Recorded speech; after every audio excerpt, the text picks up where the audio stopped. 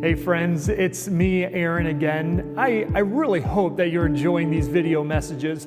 Well, this week I want to share with you 3 truths that sound like a lie when it comes to generosity. And here's truth number 1. God is the one who determines how much money I earn. Let that sink in for a moment, because again, this is the truth. But you're going to think to yourself, well, that can't be true, because I determine how much money I make. Or maybe you think, well, it's my education, it's my training that determines how much money I make.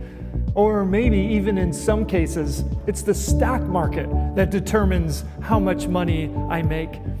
But check this out, because here's what the Bible says. You may say to yourself, my power and the strength of my hands have produced this wealth for me. But remember the Lord your God, for it is He who gives you the ability to produce wealth.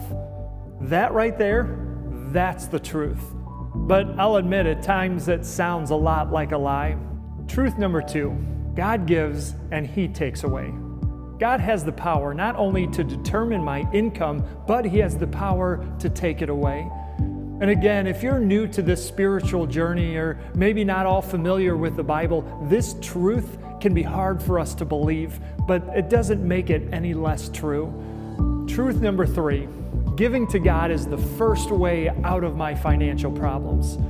Now, I know you may be thinking, well, this is a bait and switch kind of thing, but it's true. God promises to bless those who obey His command and give generously.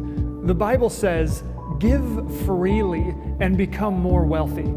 Be stingy and lose everything. Now, at Community, we don't subscribe to a prosperity gospel, a gospel that says you should give so that you get more. While that can be the case, it's never our motivation. And God never promises to return financial blessings for financial generosity. Oftentimes, the blessing I receive for trusting God and being obedient come in the form of a healthy marriage, a good relationship with my kids, peace, joy, contentment. I know the world may think that financial blessing is where it's at, but I'm not so sure.